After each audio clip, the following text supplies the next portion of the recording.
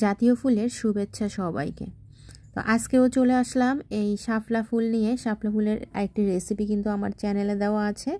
তো প্রথমে আমি ফুলগুলোকে বেছে নিচ্ছি। এই যে সবুজ অংশটা পাতার, সেই ফুলের পাপড়িটা ফেলে দিতে হবে।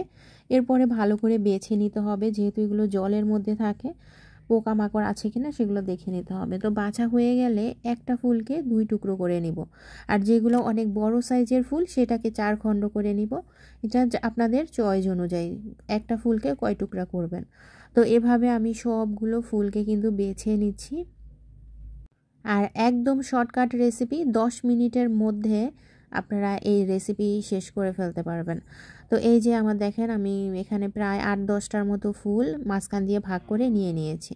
তো এইদিকে আমি একটা ব্যাটার তৈরি করে নিব। এই যে আমি এখানে কিছুটা প্রায় 1.5 কাপ পরিমাণে আটা নিয়েছি। আপনাদের ঘরে যদি বেসন থাকে বা চালের গুঁড়া থাকে আপনারা সেটাও মিক্সড করে নিতে পারেন। তো আমার কাছে কিছুই ছিল না, যার কারণে আমি এখানে আটা ব্যবহার করেছি। দিয়ে দিয়েছি একটু সামান্য পরিমাণে হলুদের গুঁড়া, কালো জিরা, পরিমাণ মতো লবণ, আর 1 চিমটি চিনি, আর একটু একটু করে জল দিচ্ছি, আর একটা ব্যাটার তৈরি করে নিচ্ছি। ও আচ্ছা, আপনারা এখানে একটু বেকিং পাউডারও দিয়ে নিতে পারেন। তো আমি এটা আর দিয়ে নিলাম না। এই যে একটা ব্যাটার তৈরি করে আমি এটাকে 10 মিনিটের জন্য একটু রেখে দিয়েছি। আর এই যে আমার ফুলগুলো আমি ধুয়ে নিব এখন। ফুলটা ধোয়ার পরে এই ফুলের গায়ে জল লেগে থাকবে, সেগুলো একটু ঝরিয়ে নিব।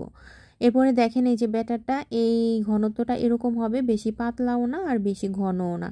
তো চলে আসলাম 10 মিনিট পরে। এখন এই যে কড়াই বসিয়ে দিয়েছি আর তেল দিয়ে দিলাম। আর তেলটা গরম হয়ে গেলে এদিকে যে ব্যাটারটা করেছি এর মধ্যে ফুলগুলো দিয়ে দিচ্ছি।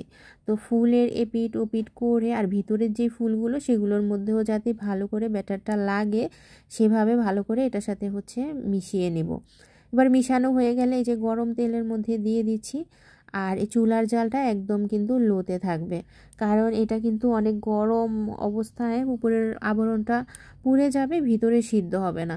যেহেতু আমাকে ফুলের পাতাটাও আমি সিদ্ধ করে নেইনি, সিদ্ধ হতে হবে, তাই অল্প আঁচে একটু সময় নিয়ে ভাজতে হবে।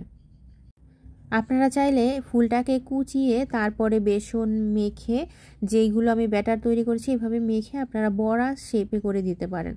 তো আমি আজকে আর বড়ার শেপটা করলাম না, এভাবেই আমি আস্ত ফুলটাকে ভেজে নিচ্ছি। সময় নিয়ে ভাজলে এটা অনেক মুচমুচে হয় আর বেশিক্ষণ থাকে মুচমুচেটা। তো এখন আমি এই যে এরপরে একটা একটা করে সবগুলো একই সেম প্রসেসে ভেজে নিব।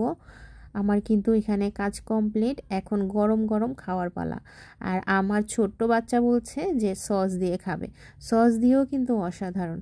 তো আজকে এই পর্যন্ত। আর রেসিপিটা আপনাদের কেমন লাগলো অবশ্যই জানাবেন। বা সবাই ভালো থাকবেন।